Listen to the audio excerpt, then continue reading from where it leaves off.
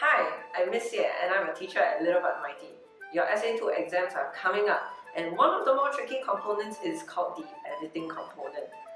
So a lot of students make a lot of careless mistakes during the editing component because it can be really tricky.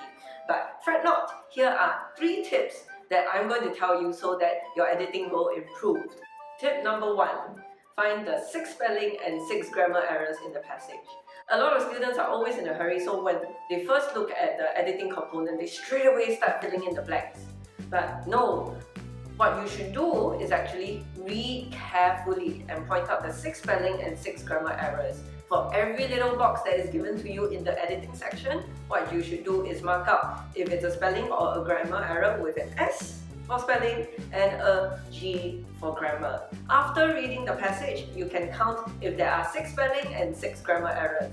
If you end up with 7 spelling errors and 5 grammar errors, you have to read the passage again and check through to see if you've identified everything correctly. Tip number 2. Sound out the spelling. When they encounter errors that require them to spell a word, a lot of students panic. They go, oh no, I don't know how to spell the word, I forgot, I'm not quite sure. But hang on, the word is usually written in such a way that you can sound it out. Okay, so for example, let's take a look at this word. Look at my magic finger. Ooh. It looks like educate because it's E-D-E-Q-U-A-T-E. However, if you sound it out, you read it aloud, it's adequate. So it's not educate, but adequate, as in whether something is enough or not.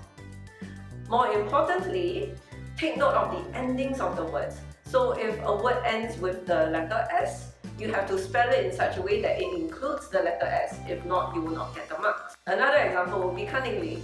Right? If you write the word cunning without the L1, unfortunately, you will not get the marks too. So be very, very careful when it comes to the spelling portion.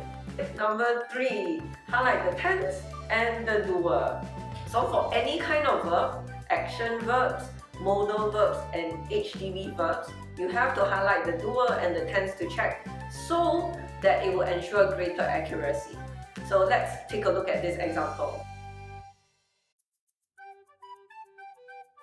In this case, the second half of the sentence has a past tense, right? So the word submitted is in the past tense. So we highlight this word and we label it past tense.